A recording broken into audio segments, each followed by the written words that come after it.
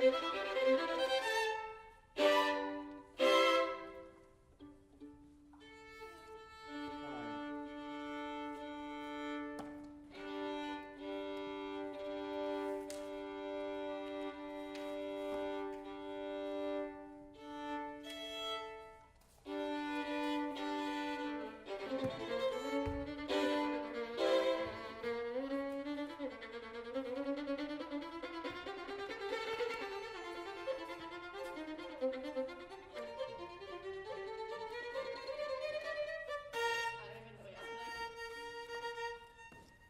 sorry for being late.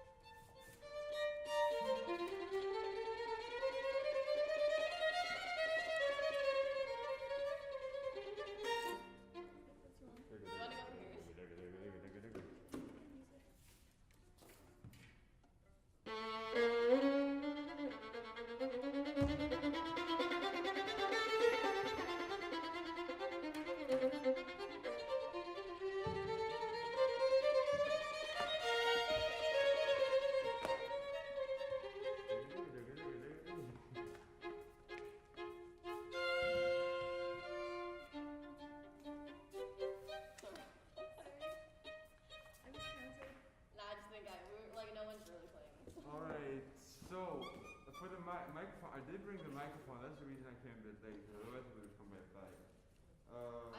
I have absolutely no idea what you just said. The microphone. I brought the microphone. Yeah. Which is the reason why I'm late. Otherwise, I would have come right back. But we need like a. I think I have a stand that I could put it on because I couldn't bring the stand. It was too big. So yeah. I mean, like, honestly, it's fine. I can, like, we don't, like, if you, I don't know. What? Like, I have my laptop. I just, like, like, reverse instead of, like. Honestly, it's fine. Like, I don't have you don't have another stand to put anything. No, I do have another stand. I have it in my locker. Also, there are more stands back there. Oh, there's more stands back there. Yeah, but like where I can put my microphone in. Okay. I know. Anyways, it's working. I can get my laptop. There's, I think, I don't know where to go. Like I want a recording of my own. That's it. What am I supposed to use? Like, what am I supposed to open up on for? Like, click A? on it? Yeah.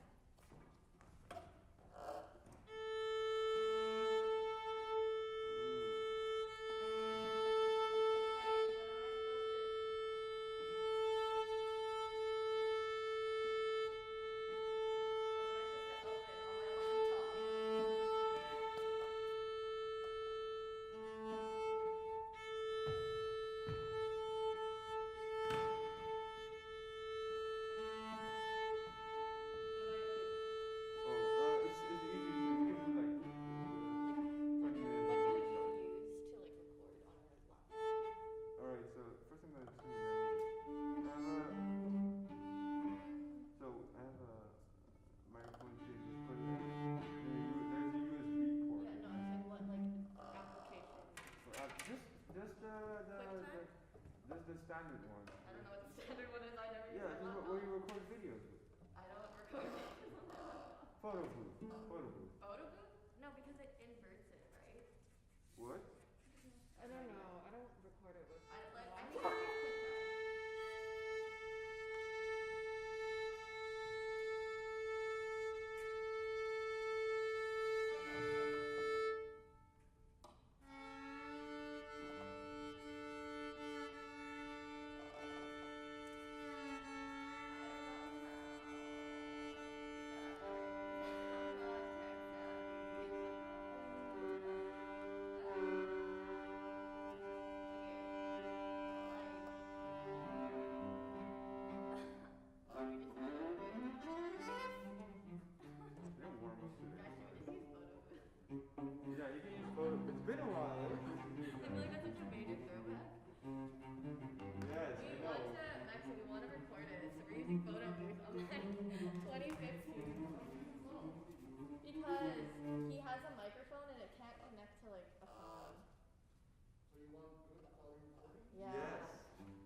like the visual quality will be dog.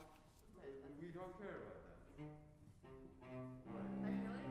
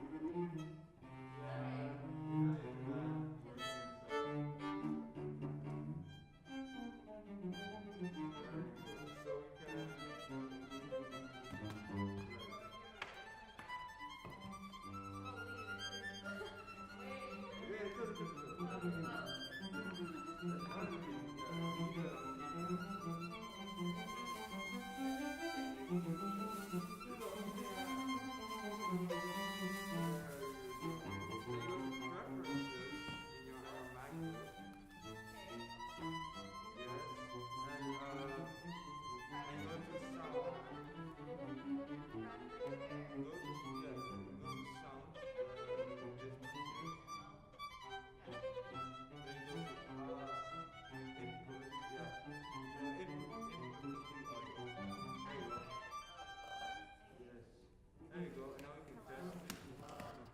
No, now you can. wait, output volume. Why is it here? Yes. Wow, this is so bougie. Hello. Oh, it's bougie. Right. So now we need to like have the song and then like stick it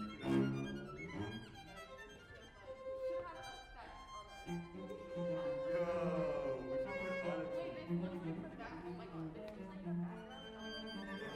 You know, there's like a huge background. No. I think we should do squeeze. Or bull. Squirrel. You're so extra. Oh my god. This is quite cool. So we can put it like wherever we want.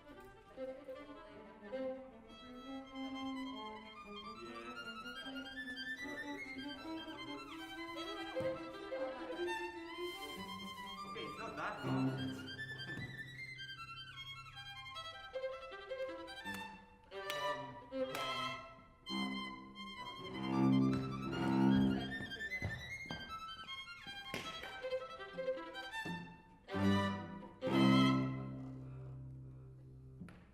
Wait.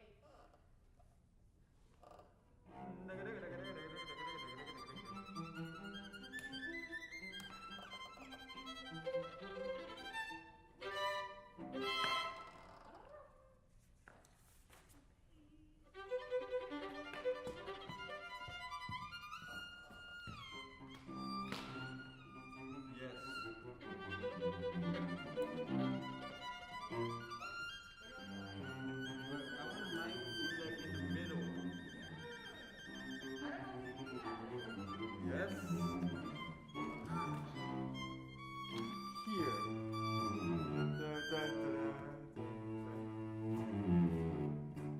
Wait, no, but that's where like Here. they set up their own thing. We can't like intrude on where like I don't think it's gonna intrude. Here, I'll put, because like you see my issue? You guys see my issue? What's your issue? Is that like they are gonna set up their own thing and we can't be in the way of it. He usually sets it over there somewhere on the No, like the Zoom. Peter, yeah. do you record or you just stream? Yes. You record like video and sound together? Is it possible to get it for them afterwards? Okay, can we just not do this then? Great, sorry. He said Nice. No, he said he can give us a better one. You gave us a better one? Thank you for bringing it though. Now we know. We just weren't sure because we thought it was only a YouTube thing and we were like, I don't want to screen record that. Yeah, but Okay, wait. also next time don't do it like 10 minutes. Oh, you know, we thought he'd come over. Damn. Thank you, Peter. Wait, do you want me to wrap this? Don't worry about it. No, that's good. Leave it like that. Why are you recording? What? Because we want to I record it. send like a thank you thing to donors and you can send it in like any, I'm sending a thank you thing to donors. You can send it anymore. I'm trying to send for video. Oh, You guys should like say you thanks. buy all this? Yeah? Donors. Is it in that? Like,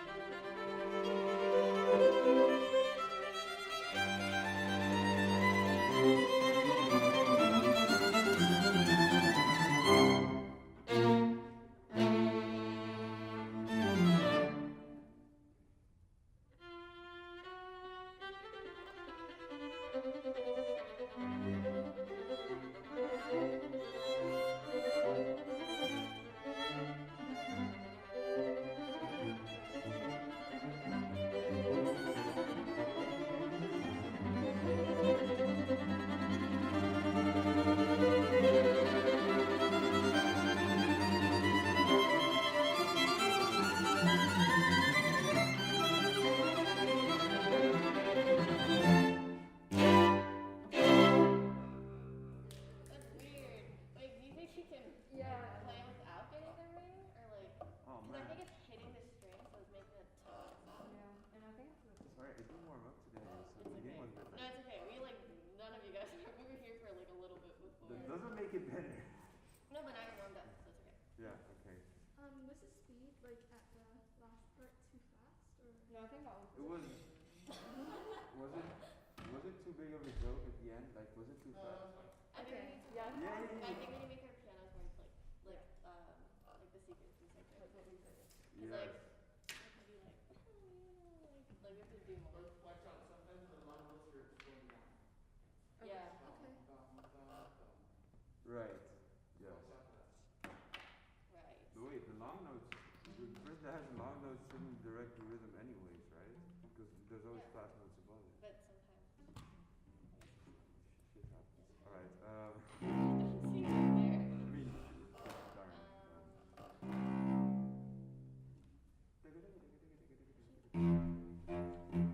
I wish we could like times it. Oh no. Put it in the Right. beginning. Now that we're like warmed up. Yeah. You really have to set it up. Yeah. No, I thought it was time for me to like Yeah. strip my skills from Nope. now. Nope. Nope. But now you're warmed up. It's all good.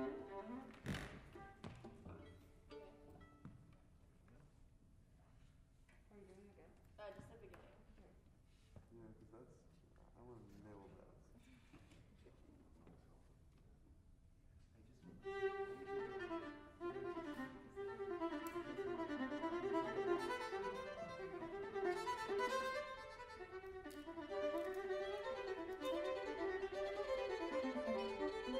Thank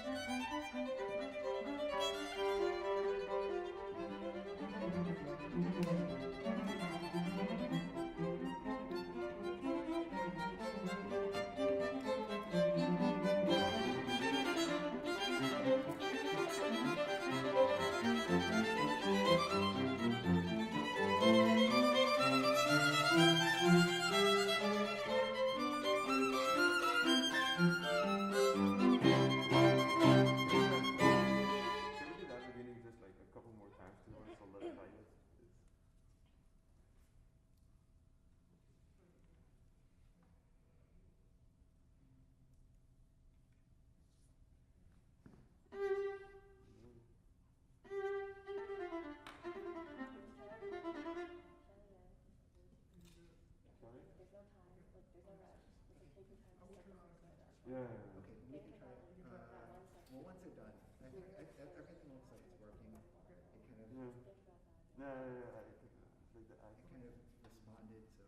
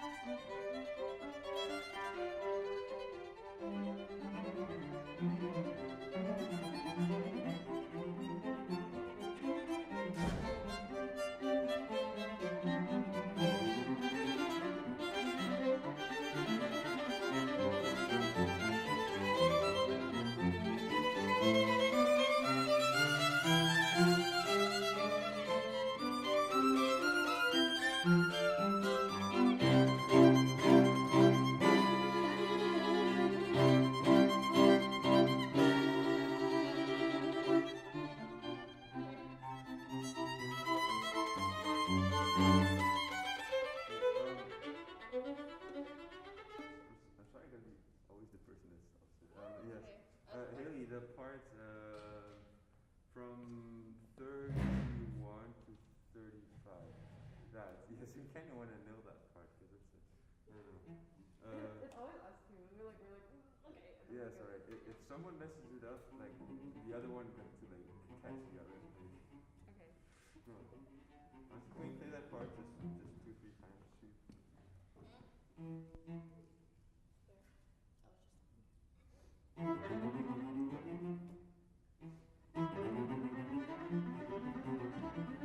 Yo, this music is slowing. Alright, 1, 2, Ooh, beautiful. 3.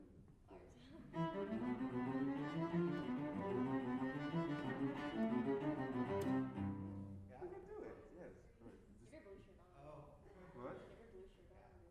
Yeah, I do. I think I had a heart attack for a second after. Oh wait. I think for my. It's fine. It's fine. It's fine. No, I have it with We don't. me. It's already 11 then. Oh, never mind.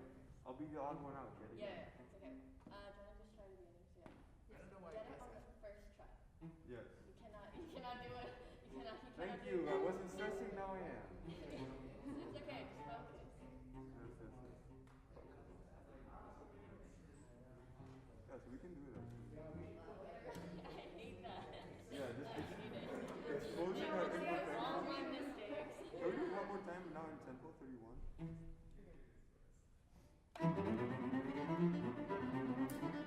Yeah, it's the last bar for me. That's really. Yeah, I just don't, because we can play it, I know that, because we have. So I just don't want that to be like the stressful part. It's okay. Like I think you guys Just get will through nail it. it. You'll nail it. It's Just fine. get Let's through just it. try the beginning. And I also want to do piano section to really try and get like the just remember. Just have fun. Just a joke. Just a joke. Okay. Just a joke. Okay. Yeah. Just start. Yes. Today I will be delivering the lecture on this. Thank you. I'm very Yeah. curious to understand what this means. New notation. Because This is a new kind of notation, and we're going to learn how to use this. Yeah. Okay. I see like a B maybe in there. this is how Stevie Wonder reads music. Which octave we don't know, but I see a B.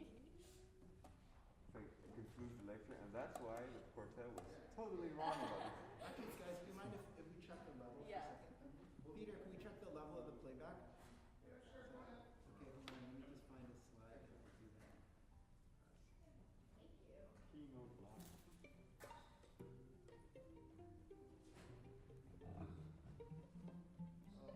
Like it's like a score that translates automatically.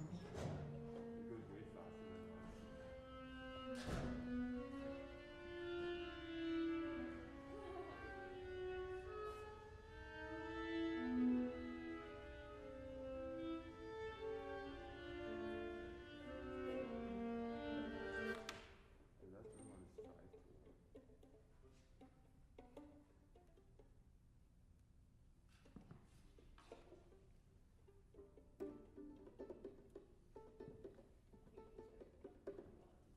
Yes. And then we should do a piano section or like Yeah, but what do you mean with the piano section? we should just work on trying to make like Oh, piano section? like here when we bar number? 93. 93. All right. You know, Annalise? No, she's already moved to, she's going back. Yeah, she's right here now.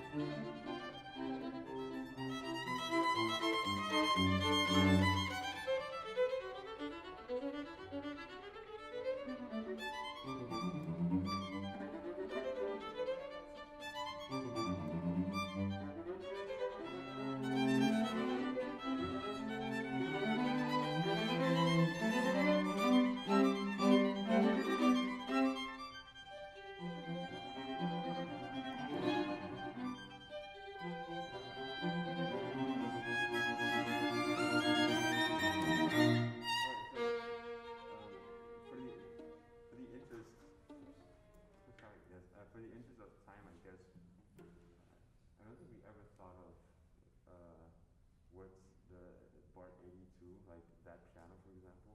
Why it's piano, like what it. So maybe that's the reason why. No, honestly, but that's maybe the reason why our portraits sound way better than our pianos. Because so like, what do we do?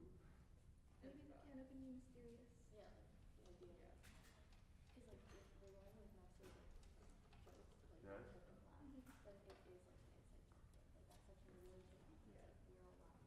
Like Right. Oh, There's like, like we believe all yeah, this, like so during we, class and like. yeah, we like hold on to that kind of thing, and then it gets into like tension. I like that. That's Fun. more. Dude, I thought for a second I think I died. It's like, That's Let's go for 74. yeah, 74. sure.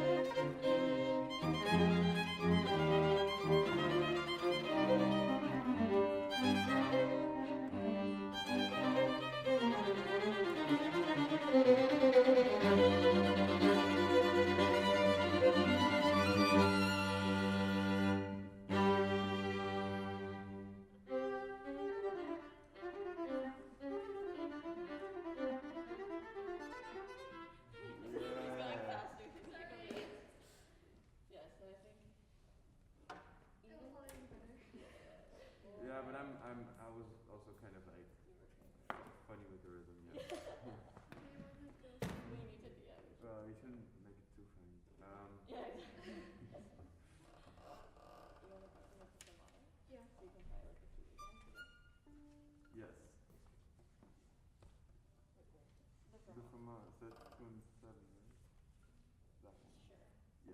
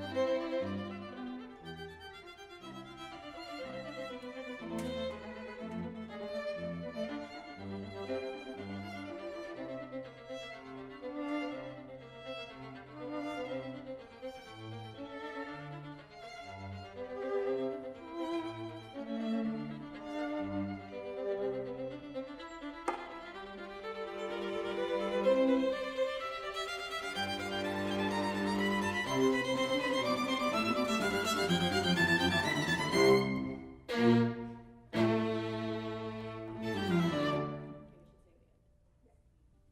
Yes, and I want this not to happen. And I said, If you can cue like that part, like when you take your time, if you can cue 265 for me, because, or like when you go So are you guys good to do just the standard things? We'll start with you guys just playing through. yeah. And then I'll work on a few things, just really like not too big with you guys, and then launch into the next thing. Does that sound good? Yes. Okay, good. So I think we're ready to start in just a couple minutes, so just get it all the time. Whatever Here. mistakes you make, Please could see just that say for it's me, part of the like, joke. because I just need the G Could and then just I say come it's in part of the there. joke. I just like, That's- I literally have to practice if you can do that.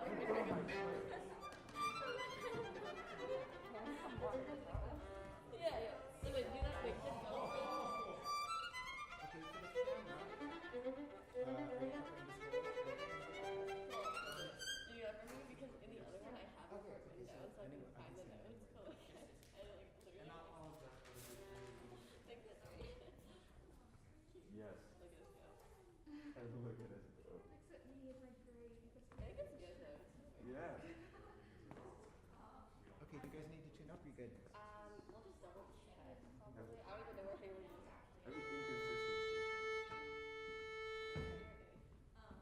My A is always sharper.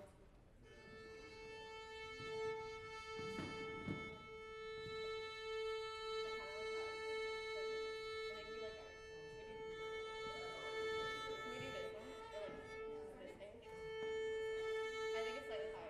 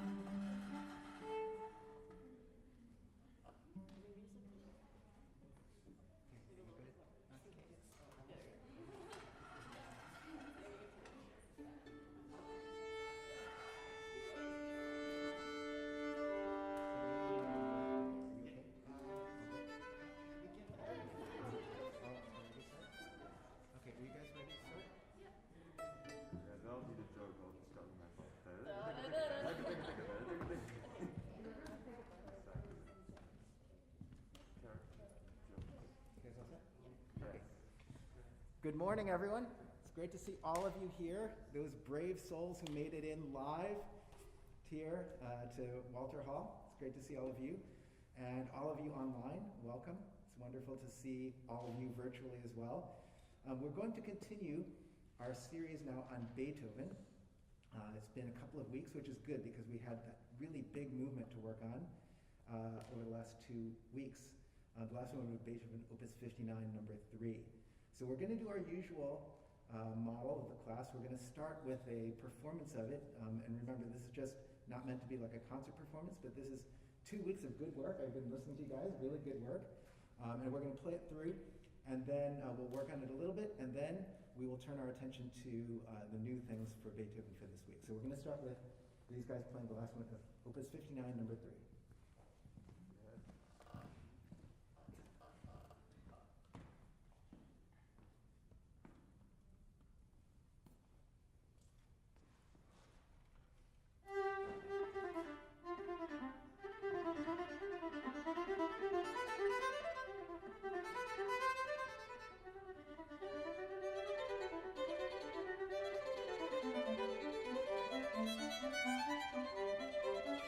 Thank you.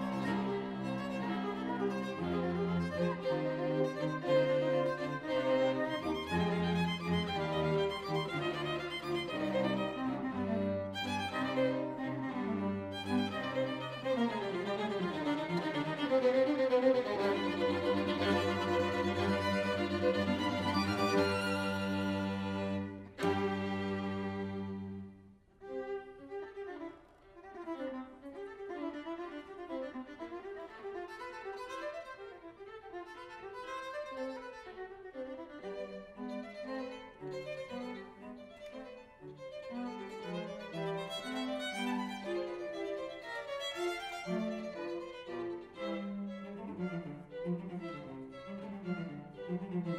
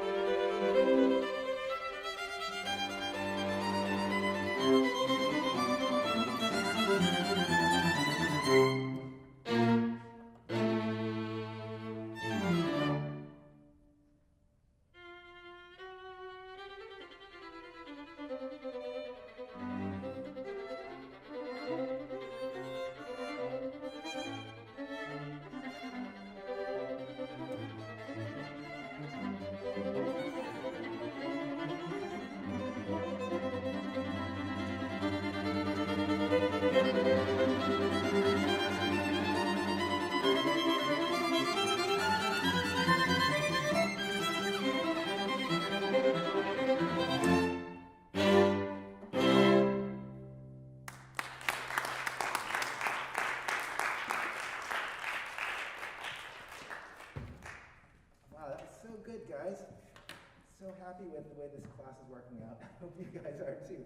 I didn't know what to expect, assigning a different quartet every week. And we had 2 weeks on this because it was such a long movement. But I'm so pleased that you guys were able to get through it.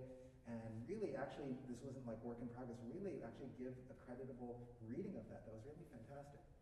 So I'm going to talk about 2 things.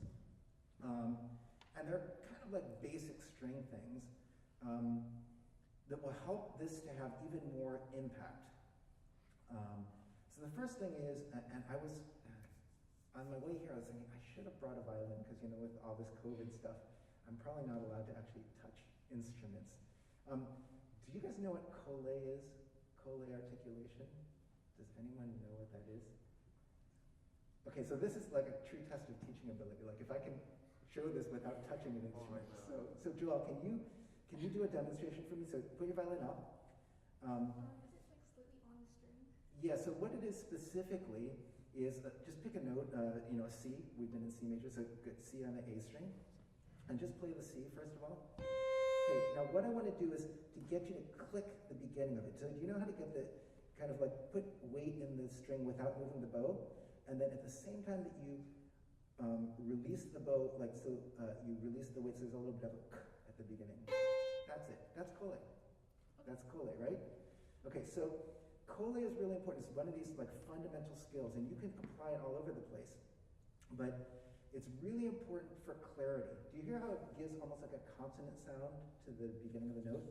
What's happening here in the hall is it's the same thing with public speaking. Like if I couldn't talk like this, everything was really soft and mushy. People in the back would kind of go like, oh, I'm sorry, I can't understand what you're saying. So you have to enunciate a little bit, and particularly the lower it goes. So Haley, especially you, and because the cello strings are much thicker, there's more mass. So you really have to get that bite entice you also. So the violins, but the violin strings speak a little bit quicker so you can get away with it, but you shouldn't.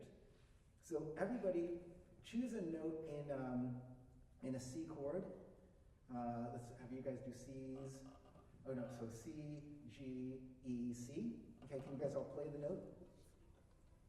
Just so we get it. Good, okay, now let's get it really in tune first. Just a little bit lower, please. Good, okay, good. Now let's play that. A lot of times you have like pump, pump, pump, pump, those chords.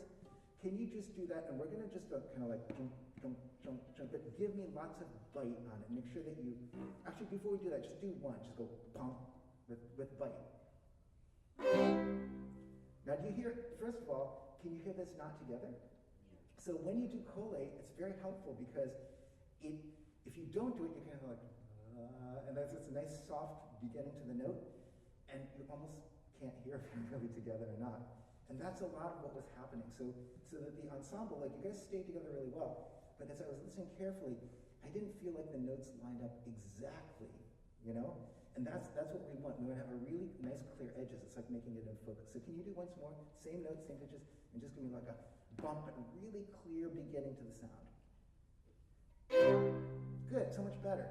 And do you hear, especially with the lower strings, you can do, in terms of the balance, even a little bit more power from you guys so that it sounds very full body. Can you do one more?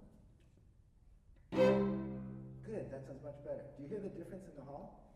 It's a more resonant, clear, it's making the stringed instruments work well.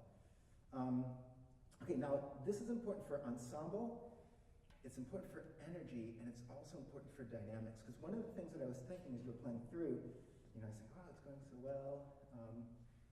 But you have moments like,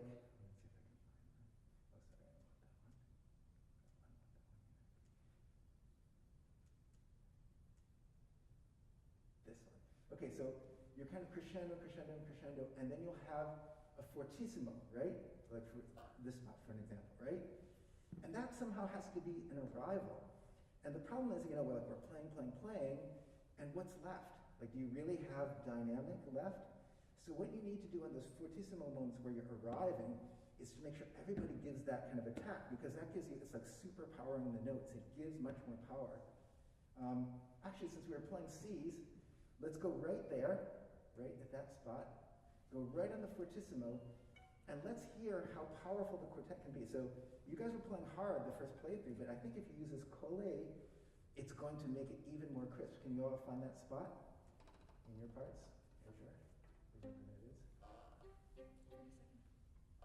Did you have a measure number? Yeah, 47. 47, Joel says. 47. No, this is not. This is 256. It's 257. What? This, Oh yeah, that is 256. okay, 256, yeah, it's 256. Good. Ready? Go ahead and play it.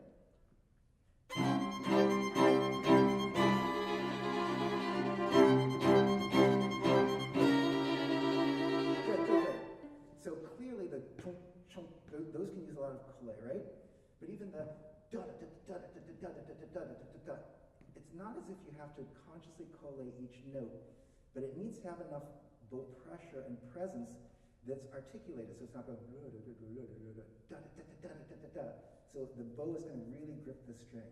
Okay, so you're not thinking so much just volume. Yes, yes, it is loud, it's fortissimo, but you're really trying to give clarity and energy to the articulations.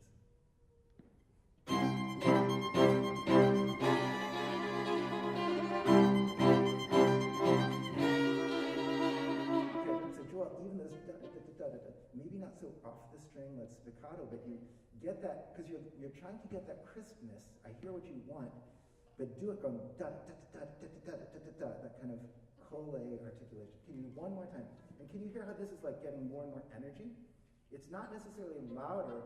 If I got out a decibel meter, it's not necessarily louder than we played the first time, but it's much clearer. It projects better, has more energy and sort of dancing quality.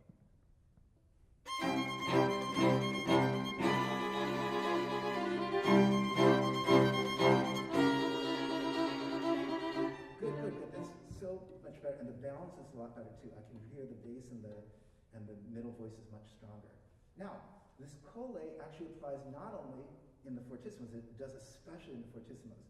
But if you go, let's see, where's some of these later ones, like here, for example.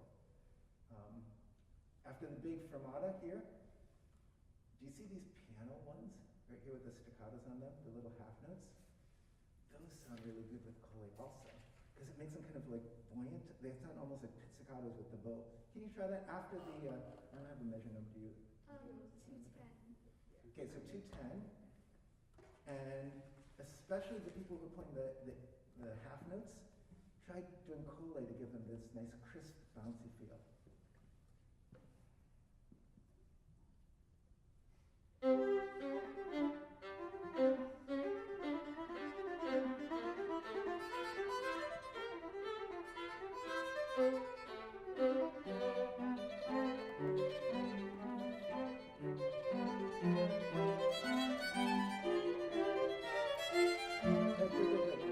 Okay, that's totally the idea. And can you hear how it was giving you a little bit of ensemble problems, but it actually made it easier to hear because it was as clear as a metronome, right? Now let's refine that one little bit because you're doing the colle that I asked for, and you're sort of doing it like in the fortissimos. I wonder if, because this is piano, I could have that same crisp beginning, but a little bit more graciousness at the end of the stroke. So it goes boom, boom, boom, boom, boom. So it's like that. It doesn't have a closed end. It doesn't go ka and stop it ka. Like it has that k at the beginning of it, ka, and that kind of sings almost. And soft piano, so it's like charming. It's laughing. It's smiling. Okay, can you do that one more time?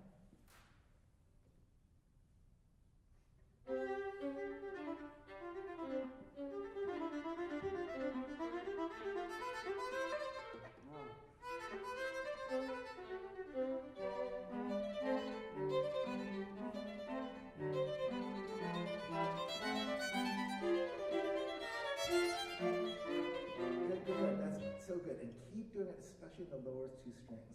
That's so important. It adds a lot of volume. It just makes the quartet balance a lot better. Now, one thing when we talk about ensemble, remember the fastest notes rule? So, like at the beginning, Joel, when Thais is playing it, don't drag the half notes slower than what he's doing. Like you can argue with him later, say, oh, you're rushing there, whatever. But in the heat of the moment, the fastest notes rule, right? So otherwise it'll fall apart. Okay, good, that's fantastic. Now, that's something that you can use all over the place, and this idea of colle is such an important thing for string players. And what it really is, like when you're executing it, it's being able to feel the index finger of the bow, and almost as if you're kind of growing nerves, and you could grow your nerves through the bow stick, so you feel your index finger, you can feel the bow stick, and then you can actually feel the string. So when you play, it's like you can feel, I know this sounds really weird, it's like you can feel the string through your bow, because you're trying to control the very beginning of the note. So it's not like every note has to have a huge amount of click, but you need to be able to control that, whether you want to make it really articulate, or even if it's soft, that it should have a very clear and controlled beginning to the tone. Okay, so that's like a basic string thing. Now, one other basic string thing that I want to talk about, and it's not so much for this, although you can always work on this, but I'm also preparing for what we're going to do next week, is I want to talk about the hardest thing, in my opinion, on a stringed instrument. And I asked my class this the other day, like, what's the hardest thing to do on the stringed instrument? And they came out with all these ideas or whatever, and I was like, no. Now, I think the hardest thing is the most basic one, intonation. And no matter what, like for a beginning player, I think that's the hardest thing. For an advanced player, I think it's still the hardest thing. Because, and I'll tell you my reason why, because all this bow stuff is really hard, like the colle, it's really hard. But, was that me, Peter? Okay. Bow stuff is really hard, but suppose I make an error with the bow. What would an error with the bowbee. It would be like, I'm not getting quite the tone quality that I wanted, maybe not quite the density that I wanted. You know what? The audience doesn't know that because they didn't know what I was intending. So as long as it's like a reasonable sound, they go like, oh, okay, I'll accept that. But if I make a mistake with the intonation, they can hear that, right? So it's more obvious. That's why I think it's the harder thing.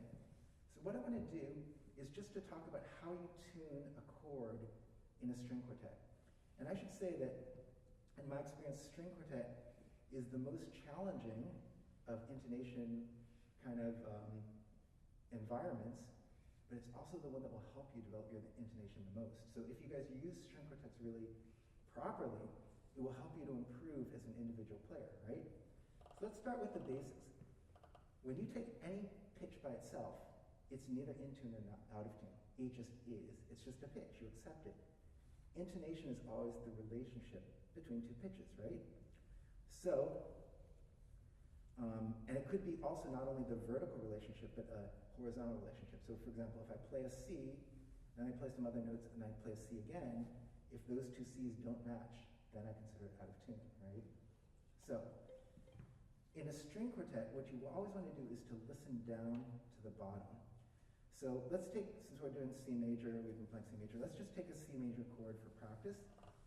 Haley, can you help us? Can you play a C on the bottom, and not the open string C, but an octave above that? Okay, so the first thing you want to do in a string quartet is you want to play always to the bass, always to the bottom. So Haley's going to play her note. Go ahead, play it again. And if you disagree, now's the time to say so. You're like, Haley, could you like move that a little bit? We'll accept that. Whatever you play. Okay, so what you want to do though when you play is to make as resonant a sound as possible. So can you do that again? That's good. And try to make the string, when I say resonant, try to make the string vibrate as wide as possible. Good. So you should start to hear, when you're trying to play practice intonation, you should hear your own instrument resonate a lot. Because you're trying to play in tune also with your own instrument. So sometimes when I said like a single note is neither in tune or out of tune, there is one thing to remember is that on a stringed instrument, if you play out of tune to your instrument, the instrument doesn't resonate, right? Like I'm sure you've heard that, right?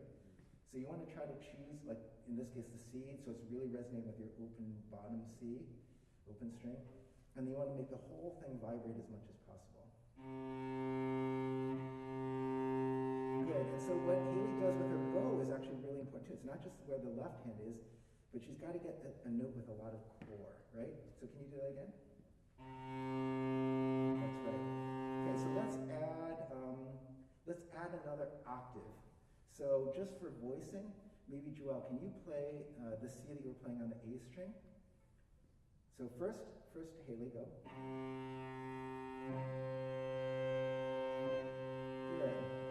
Now what you want to do is to make it feel like a pyramid. Okay, so I really wish I could grab your violin because this would be easier to show. You want to get it in tune for sure, but it's possible for your note to kind of bleed out around Haley's sound, right? You want it to stay within. So Haley, can you just sustain your sound first? And Joel, heighten your sound so you're like really invisible. Just go ahead and go a bit higher.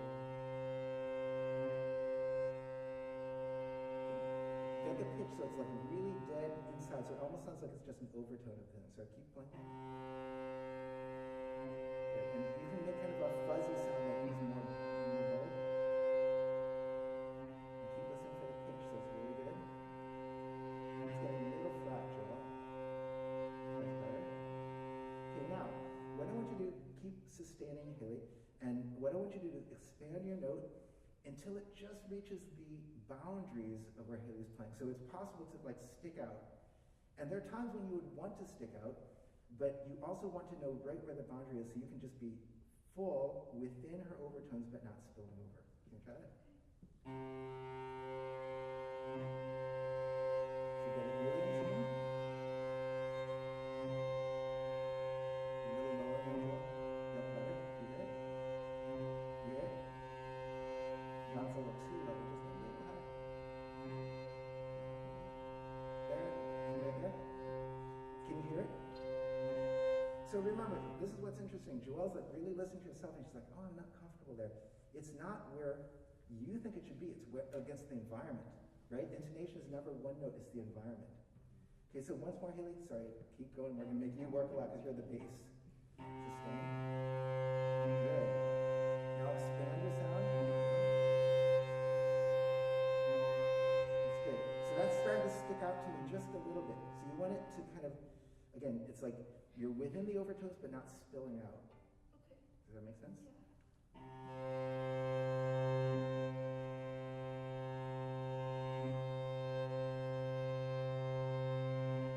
So make sure the intonation's really, really good. This is, by the way, when you hear a string quartet and they blend incredibly well, a lot of times people go, oh, well, that's because they have matching Stradivarius instruments or something like that.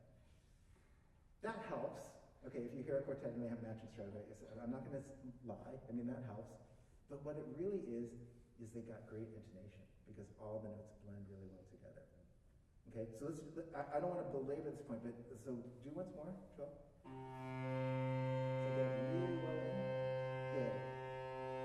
And you're getting better at finding exactly where that blends in. At first it was sort of like you were hanging out and it didn't, and now you're hearing it, and now you can get quicker. You've got to be instantaneously faster, just hearing down and blending right in. So get your octave going.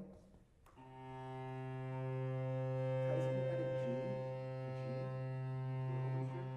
I know, a stopped G. Keep playing. So Tyson, can you hear? You're not quite in the overtone. Just like tuning your, yeah, hear it? So remember, you always have to, you don't say, am I in tune? You say, am I in tune compared to? And if Haley's playing, it's listening down to the bottom. And even if you're playing like, Joel, you might be playing really high, don't listen to Jenny. Listen always to Haley. Listen all the way down to the bottom. And so if everybody's, because otherwise, like if you're listening to it, listen to it, you get this thing where like, who are we following? You always listen to the bass for your intonation. Okay, it's really important. So let's find first the C. It can be better. There, good. Got the G.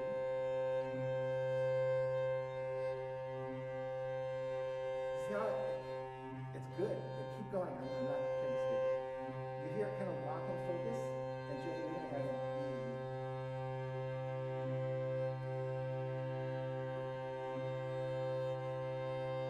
Okay, now everybody pull your bows to resonate. When you find your pitch, then start pulling your bow to resonate. And remember, it can only be as wide as the bass is. That's why the cello is so important, or whoever's playing the lowest one. You don't want to go like, it's got to be like you're creating a really wide sound, because that determines how wide the upper voices can play without sticking out, right? So keep playing really full, Haley. Get better. Good. Now upper strings, pull your bows. Pull your bows. Nice. See, okay, great. So that to me is a more in tune note chord. Like I know you saw how long that took to get, right? Yeah. That is a more in tune chord than any single chord that you played when you played it through. Now, are you going to have to take that time to tune every single one? No, you wouldn't have that much time. But if you practice this and hearing this, your intonation will gradually improve. Okay? And you want to always think not only about just the pitch, but that idea of balance and making sure that the lower ones are full enough to support the whole structure of harmony. Does that make sense? Yeah. And you'll see why when we get to the piece that's for next time, why we just went through that little exercise, because it's so important. Okay, so when you're tuning, remember, start from the bottom, add your octaves first, make sure they're really clean, add your fifths, and add the third last. And I'll give you a little hint. The third will not be where you expect it to be. It's almost always, until you get used to it, then it will be where you expect it to be. But if you're only hearing melodically, the thirds tend to be like higher, especially in a major chord. But when you think harmonically, they pull down. You probably had to pull a little lower E than you thought you did, right, initially? But then you could hear how it locked into the overtones. So you've got to really play I talked at the very beginning, I think the very first class, we talked about playing and hearing the composite rhythm. Now I'm adding to that. Play your part, but hear the composite intonation. Hear how you fit into the chord that's going on, and especially listen down to the bottom, okay? So remember that, and it'll be very helpful for you for the next assignment that we have, okay? So thanks so much for playing. You guys did a great job.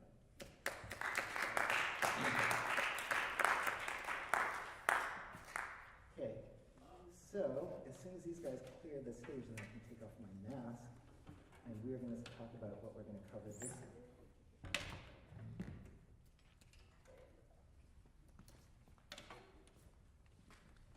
Thanks, guys.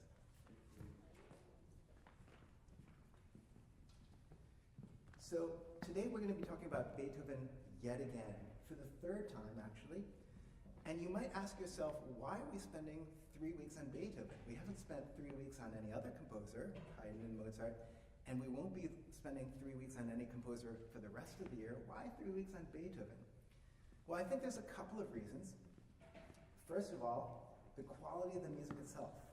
The music that Beethoven wrote is of such extraordinary quality that it merits our attention, our sustained attention, to really think deeply about what he was trying to write, what he was trying to express, and why he wrote the way he did. He's also really important not only for the quality of the music he wrote, but also, we talked, I think it was maybe 2 sessions ago, about the influence, right? Remember we talked about one person influencing the other, a teacher-student relationship, or the way that someone did something and someone else followed them. And Beethoven was incredibly influential, and that partly had to do with the quality of his music, but also it had to do with where he stood in music history.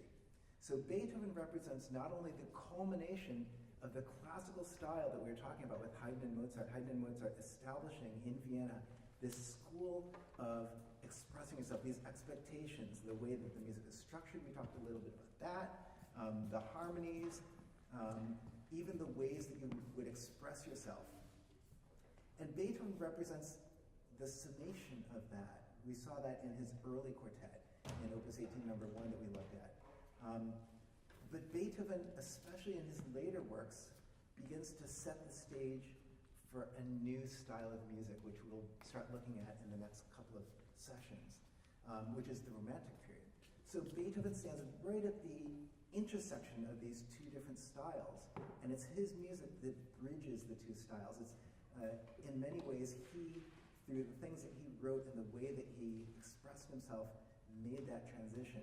And for the next 100 years after Beethoven, composers could no longer ignore him. Like, they always had to be thinking about themselves in relationship to Beethoven, just like we were talking about intonation in relationship to another person. But there's a third reason, even besides the quality of his music and where he stood in music history.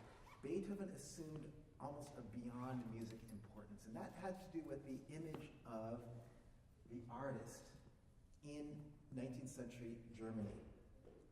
So there's a musicologist named Arnold Schmitz who in the early 20th century cataloged what the 19th century German culture viewed as the ideal artistic hero or visionary.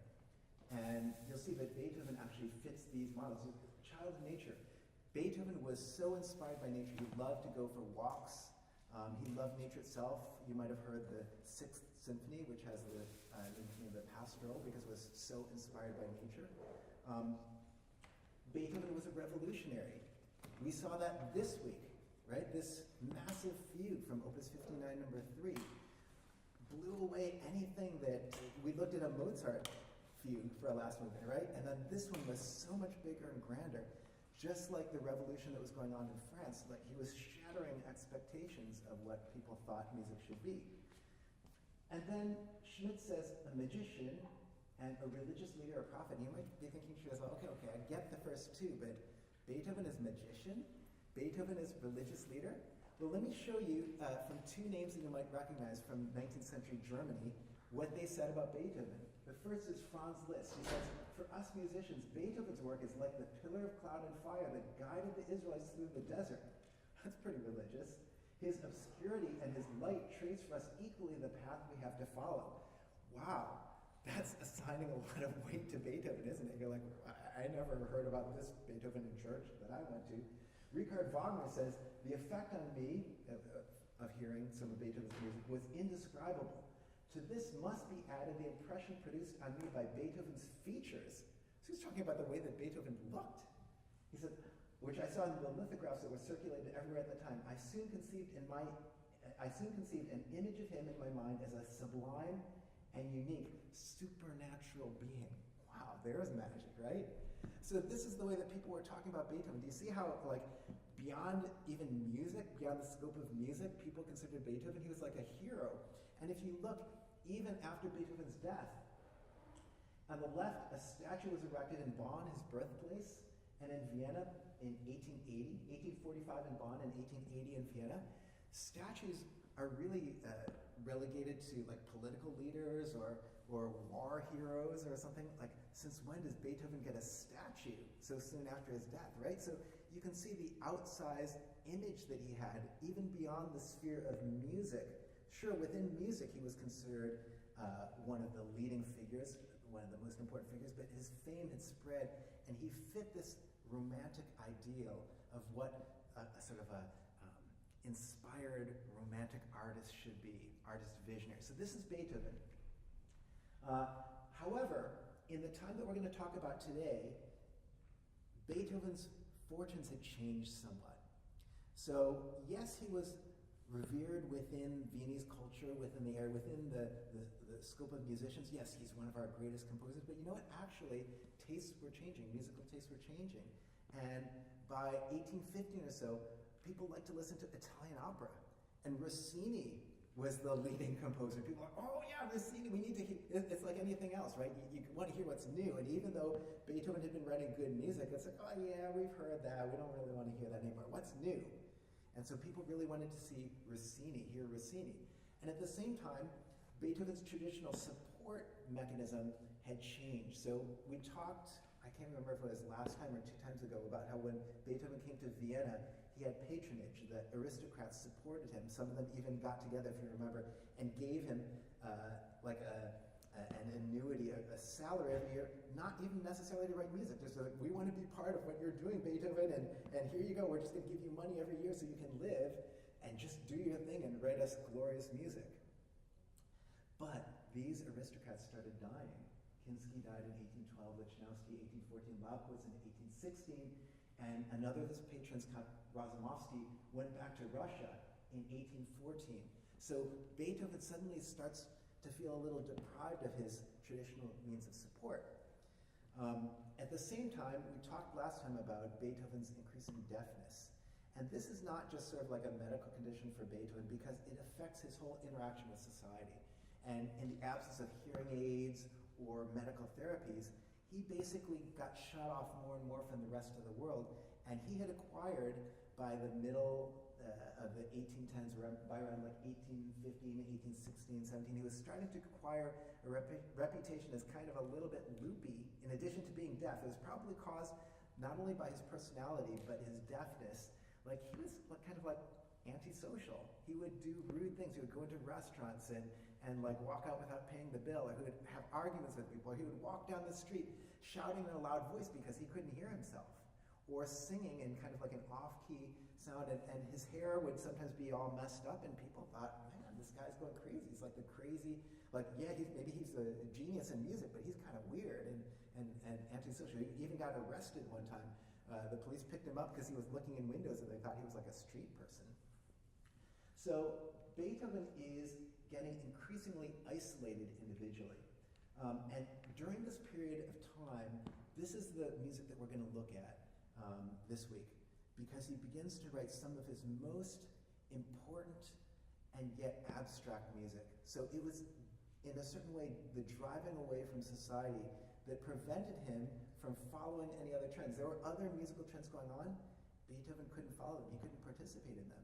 If Beethoven wanted to write new music, it was going to have to come from deep within himself, because he wasn't really able to receive these outside influences, and he maybe wasn't even that interested. He was being kind of antisocial, right? So in the last 2 years of his life, he focused on writing a single set of 5 string quartets. They weren't conceived as a set, but They kind of were written all in the space of the last 2 years of his life, and they were the last major works that he achieved. So this is after the Ninth Symphony. Now I've put them up in this chart here, and they're not in the order of the opus numbers, but rather the order of composition. And the important line that I want you to see here, here's the 5 quartets, and then there's one extra piece. This was it's called the Grosse Fugue. It's the original last movement for Opus 130 for this quartet here. But it's so radical that the publisher was afraid that people wouldn't like it. So they asked him to substitute a more pleasant last movement for Opus 130, which he did. And then he kept that original last movement as a separate piece. And we're going to be looking at that in just a moment. But the line that I want you to focus on is what happens right here. So if you remember the traditional structure that Haydn developed for the string quartet was 4 movements. And so Opus 127 does that still. It still has a 4-movement structure, but Opus 132 is 5 movements, Opus 136 movements, and Opus 131, which is the main quartet that we're going to be looking at today, is 7 movements. So you can see that he's stretching the boundaries of what is acceptable in a string quartet. I want to read you, this is like a really nice little anecdote from a fellow named Carl Holtz, who was the second violinist of the string quartet that did a lot of the premieres of this time, of Beethoven's quartets at this time. And also he became Beethoven's sort of personal assistant and companion. So he knew Beethoven incredibly well. And this is what Carl Holtz says about this period of time. During the time when he was composing with 3 quartets commissioned by Prince Galitzin, Opus 127, Opus 130, and Opus 132, such a wealth of new quartet ideas streamed forth from Beethoven's inexhaustible imagination that he felt almost involuntarily compelled to write the C-sharp minor and F major quartets. Those are Opus 131 and 135. My dear friend, I have just had another new idea, he used to say in joking manner and with shining eyes when we would go out for a walk. Again, he loved to be walking in nature, and he was just inspired somehow by nature. And he would write down some notes in a little pocket sketchbook. But that belongs to the quartet after the next one. In other words, the C-sharp minor, because the next one, which is the last of the ones he was writing for Galitzin, Opus 130, already has too many movements. And when he had finished the B-flat major quartet, that's the 6-movement one, I said, this whole thing, I said that I thought it was the best of the 3, to which Beethoven replied, each in its own way, art demands of us that we don't stand still. He used to speak in this way in an imperial style. You will find here a new kind of voice leading, and as to imagination, it will, God willing, be less lacking than ever before. Later, he said that he thought the C-sharp minor quartet is greatest. So that's the one we're going to look at today. The C-sharp minor, the one with 7 movements. Notice what he says about it. He says it has a new kind of voice leading, and then he kind of, this is a funny way of saying it, the imagination will be less lacking than ever before. So if you thought that he couldn't think of imaginative things, Beethoven's saying, I'm being more imaginative now than I ever have been before. Here's a couple of other reactions to the Opus 131 quartet. Berlioz said, it's a heavenly inspiration that took material shape. And one other person, Schubert, who we're going to look at next time, he was on his deathbed. He died just 1 year, a year and a half after Beethoven did. And when Schubert was lying on his deathbed, it's thought that the last music, this would be the last music that Schubert heard, he requested to hear this quartet that we're about to look at, Opus 131. And they got some musicians together and came and played it for him. And Carl Holtz reports that Schubert fell into such a state of excitement and enthusiasm that we were all frightened for him. So it was almost like this quartet was going to kill him, just hearing this quartet. It's that powerful.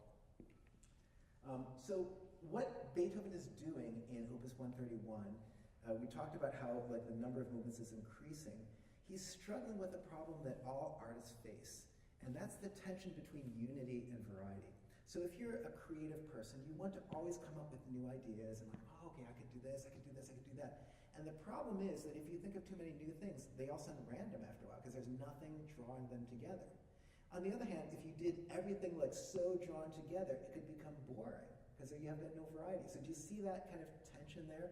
And just to kind of draw in this idea in a bigger sense, this is not only in music, it's not only in the arts, but it's in society as well. One of the things we see going on around the world right now is this tension between, are we as a society going to tolerate variety? Or are we going to focus on unity?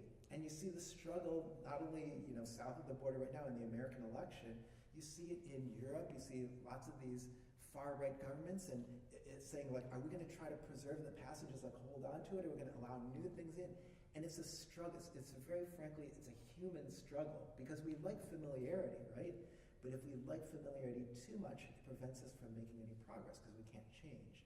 So this problem, this musical problem that Beethoven is trying to address in Opus 131 is something that is really profound, and that's one of the things that I think makes it such an important work.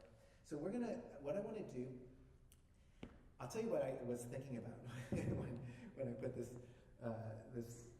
class together for you.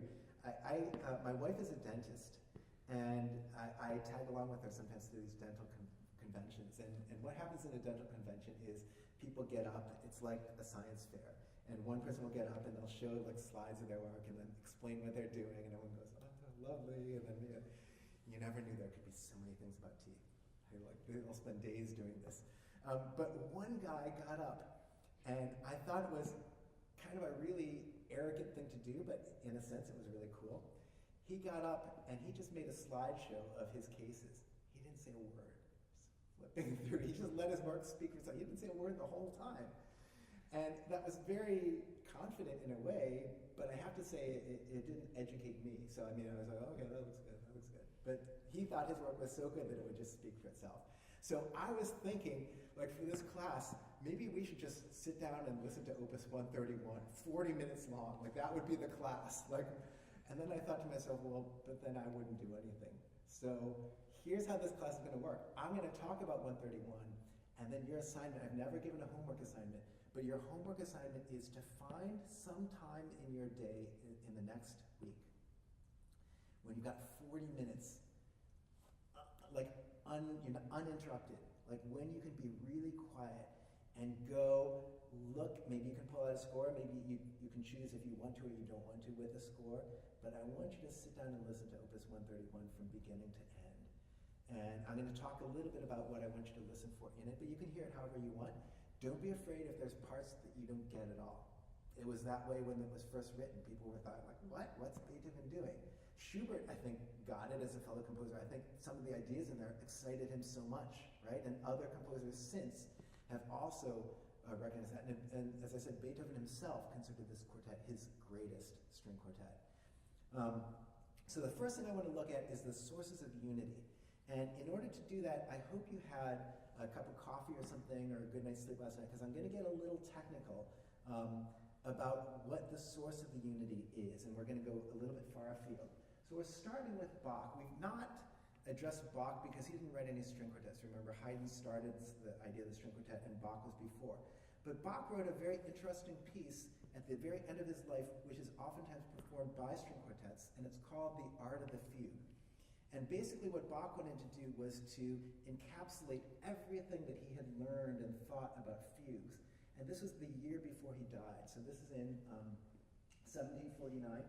The Art of the Fugue was being published, and it had 13 fugues, and it was already at the publishers, and Bach said, no, I want to write one last fugue.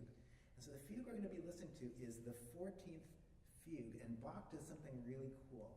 He puts his own name into the fugue. So in German, if you say the letter B, that actually refers to B flat.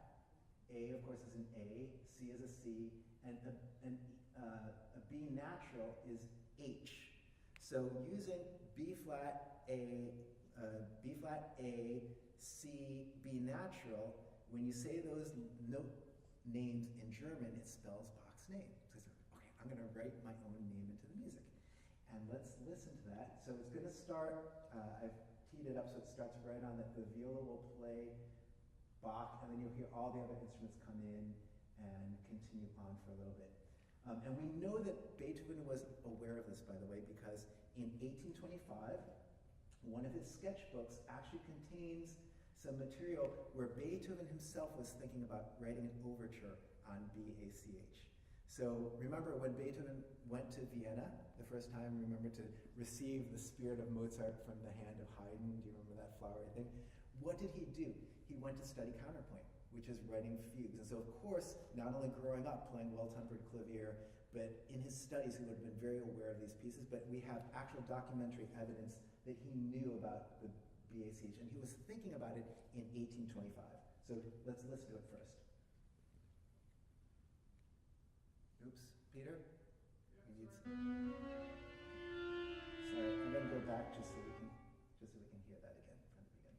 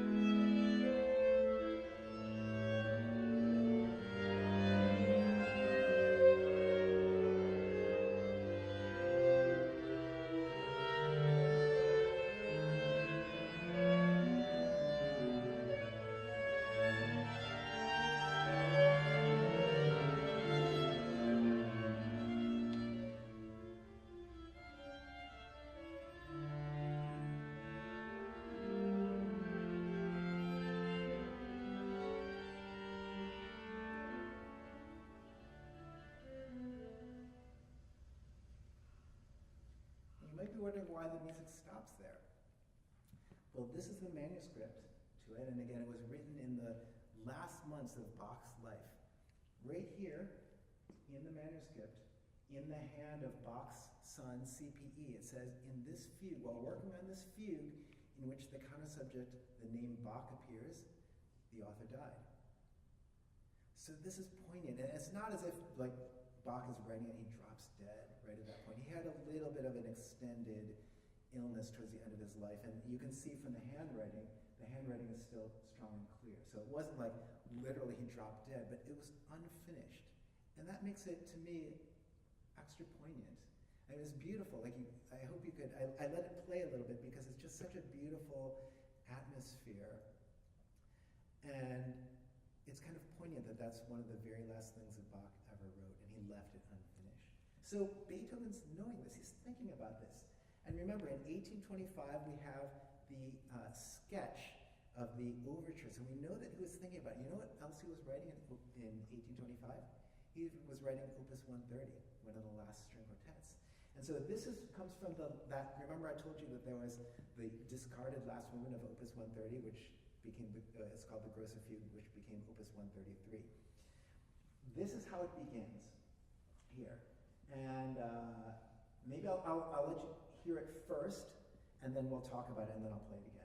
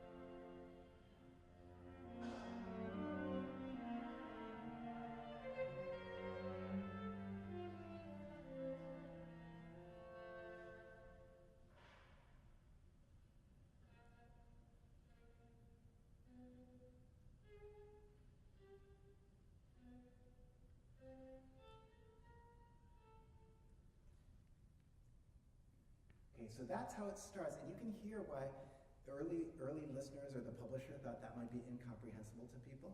It's really weird. But remember, Beethoven's thinking about Bach's name. So A, B flat, B natural, C. You could think of it as a tone cluster like this, but the way that Bach uses it, he puts the B A So a half step, and then the CB. So it's like 2 half steps. And as you remember from Opus 18 number 1, Beethoven has an incredibly sort of obsessive and inventive mind. So he's thinking a lot about this idea, the BACH, and it's composed of half steps. Do you see how many half steps there are here? So you've got, this is the theme. So he starts with just a G, and he gives you a theme. It goes G, G sharp. Oh, there's a half step. F, E, there's a half step. G sharp A, there's a half step. F sharp G, there's another half step. And it starts on G and ends in G, right? So he does this thing, all like munching around little half steps. He does it first in the key of G. It stops. Then he does it fast in the key of G. Stops again. Then he does it in C. Stops again. Does it slowly in F. Stops. He does it twice in F because it comes back in the cello. Stops again. And then he does it in B flat and pianissimo in the violin. And what's he doing? He's kind of modulating. So G down to C, circle of fifths, C down to F, circle of fifths, F down to B flat. And B flat is where he's headed. B flat is the key of the quartet. Now look what happens when you do that sequence of notes and you end up on B natural, C, A, B. That's Bach backwards. Do you see that? And retrograde, or playing something backwards, is something that Bach would have done. And it's something that Beethoven would have been thinking about. So this is not a coincidence, in my opinion, that he's ending up with Bach backwards. Now, the only thing is, when you do the theme in B flat, it should end in B, it should end with a B flat, and then he puts an A in. And that's a really problematic note. And that note right there is the problem of the whole Grosse Fugue, and then he spends all of his time trying to resolve it. I'll play that for you one more time, that beginning. And I want you also to notice the notation here. Why didn't Beethoven just write a quarter note? Why did he write 2 eighth notes slurred together? That's really bizarre, right? Because if you think about it as a string player, how would you execute that differently? You'll notice that the first violinist in this quartet, Mark Steinberg, of the Brentano Quartet, plays the 2 eighth notes. You can actually hear them. So you can hear what he's doing. So I'll play that one more time for you, just so you can hear the beginning.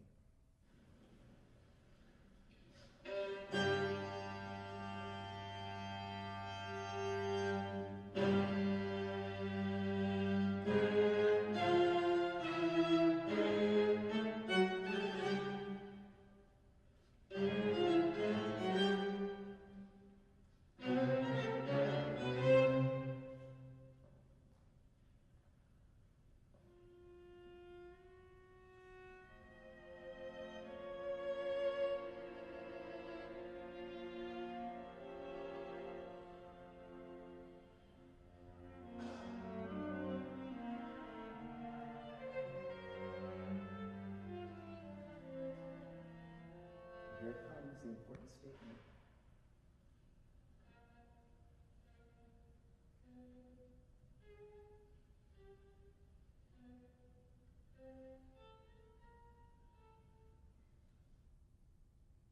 Okay, so you can hear how much questioning there is.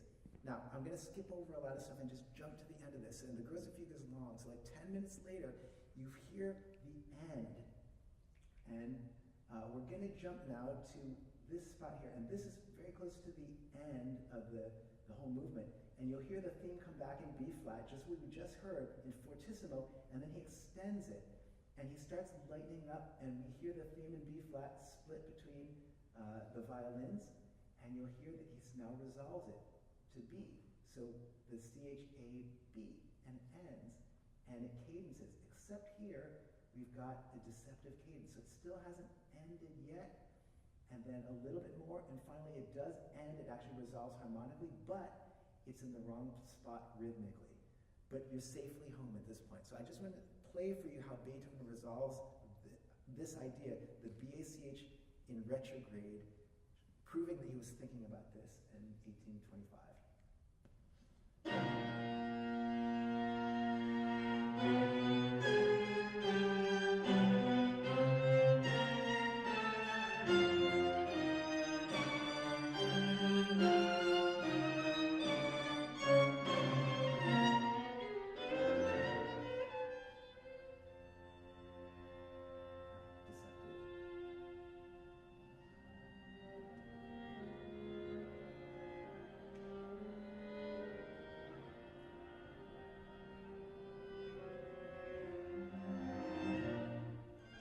So do you hear the resolution?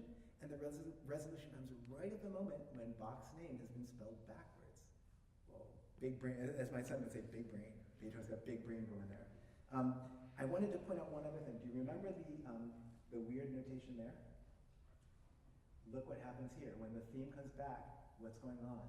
It's tied over the bar line. You might think, okay, well that's just tied notation. Maybe it is, but if you listen to the way the Brentano Quartet plays it, they actually bring that out. So you have that little detail coming all the way from the beginning, being fulfilled at the end here. I just play the very beginning of that, just so you can hear them execute this. And again, it's an interpretive decision, but it's kind of cool to hear what they've done.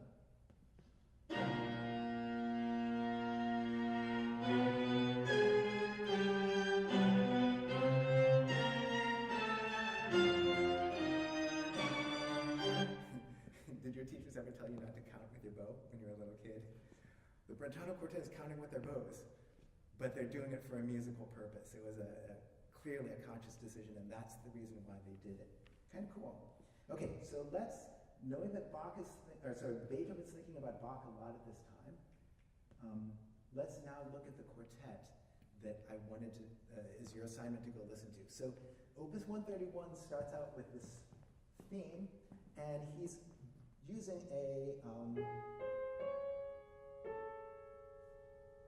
these notes here, if you think about it, are a half step here and a half step here. Do you hear that? So, in fact, this idea of two half steps with a varying interval in between is something that also appears in Opus 130 Quartet, also appears in Opus 132 Quartet, also appears in the Grosse Fuge you heard, and is all over the Opus 131 Quartet.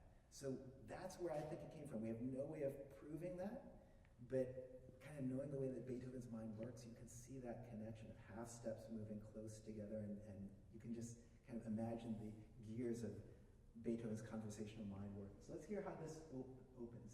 And you'll hear that the theme has two parts. It has the two intervals, the half-step intervals that I showed you just now, and then it's followed by a more linear scalar pattern following after. So just remember that really clearly, and I'll just play the very opening of this movement for you.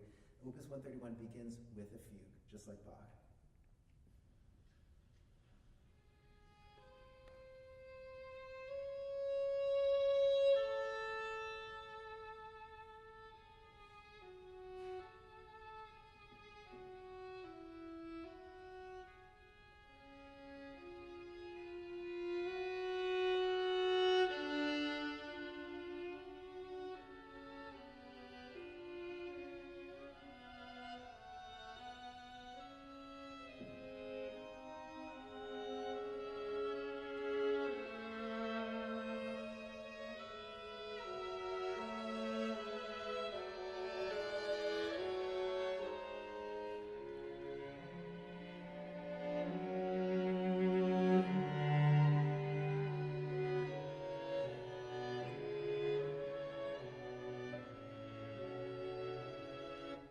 Now you've heard all four voices play that fugue subject.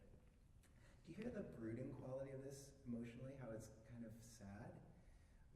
Richard Wagner said, this movement is the saddest thing that's ever been expressed in notes. That's pretty powerful coming from Wagner, who was quite a composer himself. I don't know that I personally would go that far and say it's the saddest thing that was ever expressed in notes, but I think it has a very striking quality, the tragic quality of it, the sad quality of it, but it's not just locally sad. There's something almost universally sad about it. And maybe it's the kind of the grandeur that Wagner was responding to. Do you hear that there's almost like a timeless quality to it? It's not just like, oh, something sad happened to me this afternoon. It's like looking up at the stars and thinking something is sad in the stars or something. It's huge, right? And Beethoven is not necessarily known oftentimes like a contrapuntal writer the way that Bach is, but I want to show you now what happens later in this first movement. So it goes on for quite a few minutes. And I'm going to play a passage starting from here. This is still the first movement. And remember the scalar section that ended and I called it B? So you'll hear that it starts with B's going all over between the violins. The viola comes in with an A. Second violin takes an A. B's are going fast in the first violin and slow in the viola. And then an A comes in the first violin, and then A comes in augmentation, which means slower, in half time specifically in the cello. And it's everywhere. It's like Beethoven's mind is completely obsessed with this theme in a way even that, remember Opus 18 number 1, and we said, oh, it's so obsessed with the bum, ba-da-da-ba-bum, right? And he was able to really do that. This is like that carried to the nth degree. And it's very poignant when you think of Beethoven at this point, not able to literally hear anything, cut off from the world, and just all these notes swirling in his head. It's extraordinary. Listen to this passage. It'll start right this way.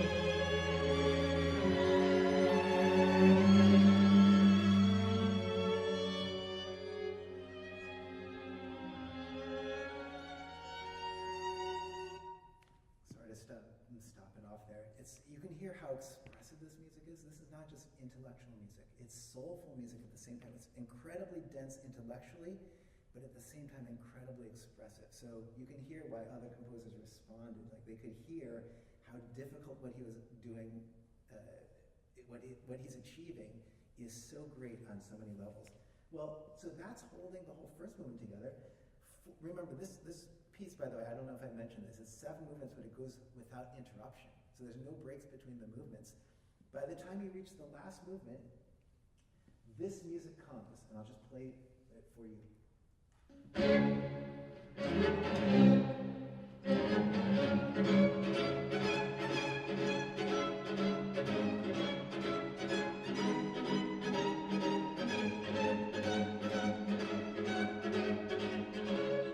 Okay, so you can hear in character, so different from the opening.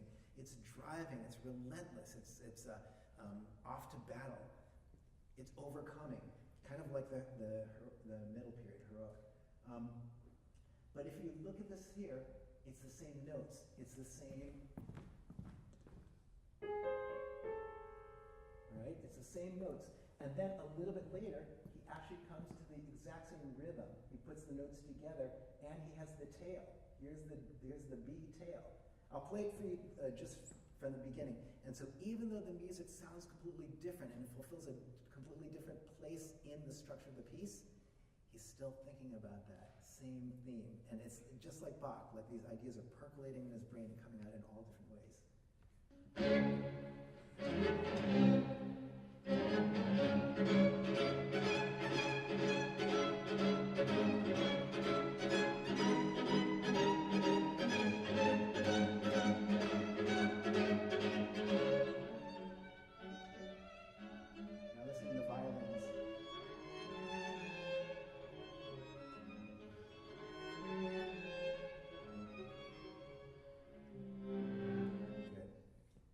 So, like I said, even though the music sounds different on the surface, it's the same underneath. So these are things linking the movements together.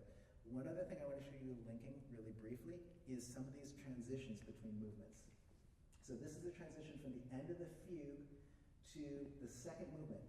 And what I want you to hear is the end of the first movement ends in open octave C sharp, and the second movement reinterprets that as a D, and it makes a seamless transition from one to the other. So we're going to start in the end of the first one. You'll hear that same fugue subject that we heard just a moment ago, one last statement in the violin, and then it'll go into the second movement.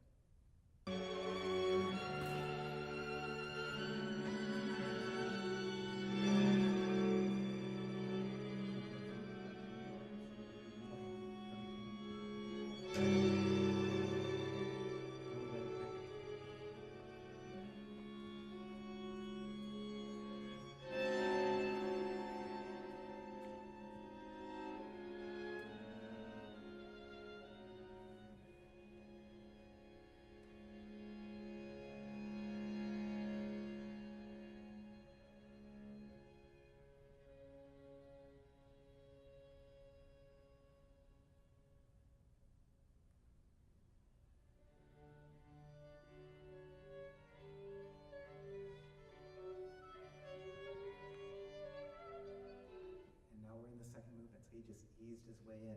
I'm going to point out a couple things real quickly. Here's that notation again. Do you see these tied notes? What's going on there? How do you articulate that? That's one of these mysteries that as players we're like, wow, what was Beethoven thinking there? Why would he write tied notes in a rhythm? What's going on there? This theme that we've just gotten to in the second movement, what do we have? We have paired steps. We have D, C sharp, we have A sharp, B. Another of these things. So all over, it's like, you almost go crazy. It's like, am I seeing things? Is this like all over the place? So when you listen to it, I don't have time to, I had a couple of others planned. We don't have time to go through them, but listen very carefully to the way he gets from one movement to the next, because that's another of his unity things. But how about variety? So I want to just briefly show you, so we've had a fugue, we've had a raging sonata form last movement, we've had a beautiful instrumental dance which just started, you heard the second movement. What are some of the other things in it? Because remember, Beethoven is not only trying to unify things, but he's trying to exercise his imagination and hear all different kinds of things. So this is one of the variations. The fourth movement is a theme and variations. I want you to listen to this and I want to ask you what you think Beethoven is expressing.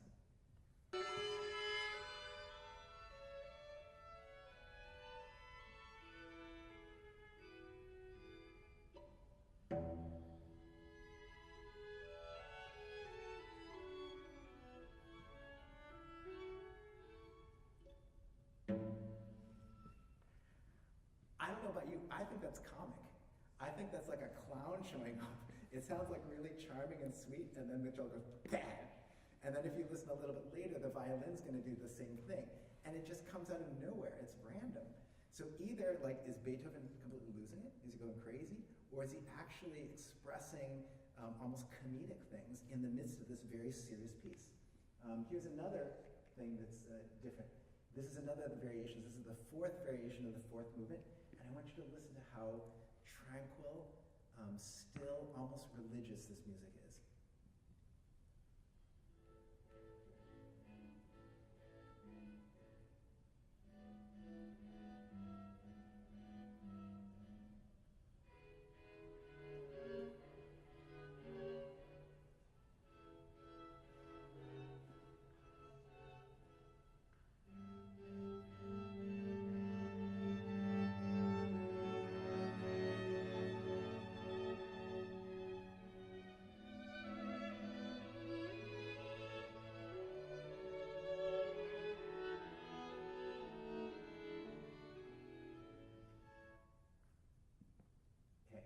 And one final thing, Beethoven sometimes does things that are even childlike or innocent. This is the scherzo movement of the quartet, the fifth movement. And I want you to hear how brilliant this is instrumentally, but also how, like I said, childlike and carefree it is. What's he expressing in this movement?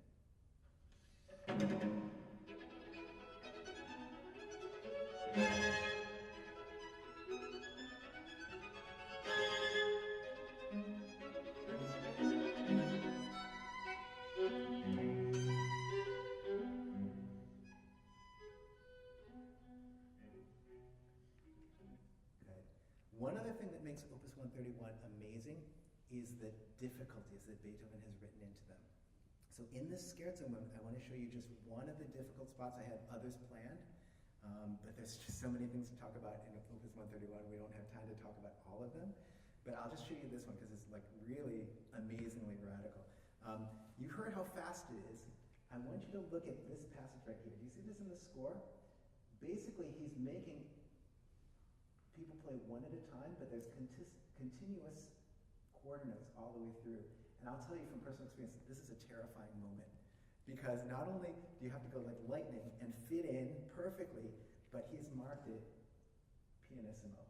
And all of you guys know to do a spiccato under great control, really fast, but also pianissimo is like the hardest thing on a stringed instrument. So listen to this excerpt.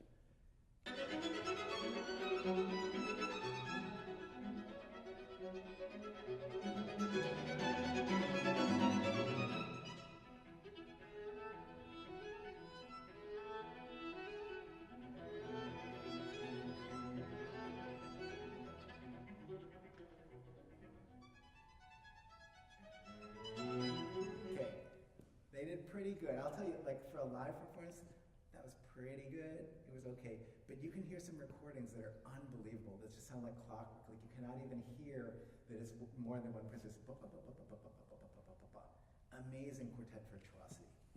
So let's jump now to what you guys, let's jump to what you guys are going to do this week. I'm going to give you guys a break after the huge challenge of Opus 59 number 3. This is your entire music right here. It's 1, 2, 3, 4, 5, 6, 7, 8 lines of music. You're like, oh, 8 lines of music, I can do that. But this comes from the last quartet that Beethoven wrote, Opus 135.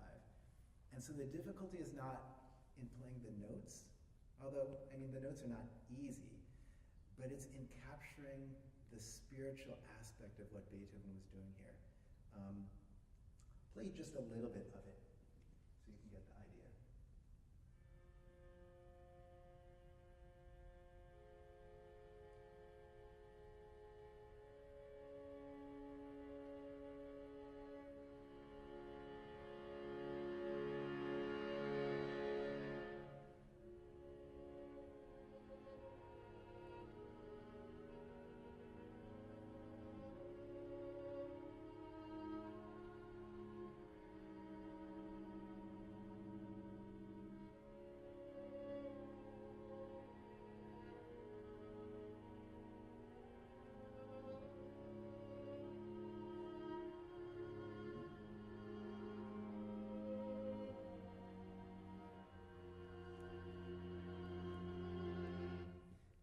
Sorry to stop there. Do you hear how beautiful that is? This is one of the last things that Beethoven ever wrote. And it's almost like he's saying goodbye or something. It's amazingly poignant to me. And can you hear why I did the little thing about intonation earlier? This is sustained chords with melodies moving through them. So intonation is going to be a big part of making this really beautiful. And you know, you can really hear, it will help it immensely if it's really beautifully in tune. I want to point out one other little thing. When he writes the music, you'll see all over in this quartet, in this movement, crescendos to 7 pianos. Crescendo, 7 piano. Crescendo, crescendo to piano. What's going on with that? Like, what is that? What does that mean? I can't really answer that, to be honest. What does the sudden piano mean emotionally? But I thought that I would answer it for you by giving you the anti-answer. This is the anti-answer, and I think that it will be familiar to all of you. You'll know exactly what I mean once you hear this.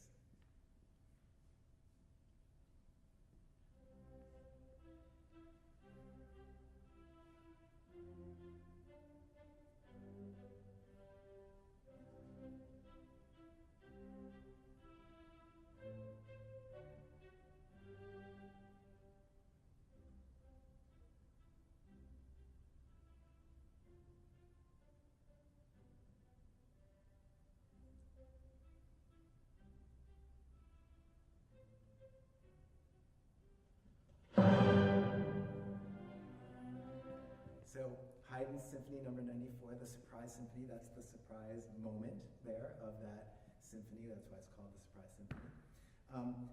Contrary to popular legend, Haydn did not write that in to wake people up. He wanted to give people a musical thrill. Remember, he was a jokester. He thought it would be really funny. He thought it would be entertaining. And a subito forte, what does that do? That comes at the audience, right? It says like, boo! It says laugh. It says this is going to stimulate you. What is the opposite of that? A sudden piano pulls you in. So everything about Beethoven's last quartets is, remember, it's his inner self. He didn't explore what other composers were doing. He didn't explore the fashion. He wasn't necessarily writing for popular audiences. He was taking us in an inner journey. So these sudden pianos, in my opinion, are inward moments. And when you listen to this, when you study this piece this week, just think about what those sudden pianos mean and how you can express that. I want to just close with one last thought. This is from E.T.A. Hoffmann, who was a composer and writer in Beethoven's time. So if you want to know what contemporary, not everybody, what some contemporary people in Beethoven's time thought of music, which I think is important to know because if we want to really understand Beethoven's music and play it stylistically well, this is what people understood in Beethoven's own day. This was written in 1814, around 1814, 1815. E.T.A. Hoffmann says, now as regards difficulty, the correct and fitting performance of the work of Beethoven's asks nothing more than that one should understand him, that one should enter deeply into his being, that, conscious of one's own consecration, one should boldly dare to step into the circle of the magical phenomena that his powerful spell has evoked. He who is not conscious of this consecration, who regards sacred music as a mere game, as a mere entertainment for an idle hours, momentary stimulus for dull ears, or as a means of self-ostentation, let him leave Beethoven's music alone. Only to such a man, moreover, does the objection most ungrateful apply. The true artist lives only in the work that he has understood as the composer meant it, and that he then performs. He is above putting his own personality forward in any way, and all his endeavors are directed toward a single end, that all the wonderful, enchanting pictures and apparitions that the composer has sealed into his work with magic power may be called into active life, shining in 1,000 colors, and that they may surround mankind in luminous, sparkling circles, and enkindling its imagination, its innermost soul, may bear it in rapid flight into the faraway spirit realm of sound. So that's your homework for this week. Good luck. Before we leave, Maxine has one public service announcement for you guys for the rest of the class. So have fun on that Opus 135 movement. It's amazing music, and I will see you guys next week. So guys, just a reminder that now when you want to go to school, it's mandatory to check into UCheck. So make sure you do that. Next week we still have a lecture, and then we have reading week. So November 6th we have a lecture. November 13th is no class, and then November 20th we resume classes with the Griffin Trio as a host. Okay? Thank you, and have a good. See you guys next time.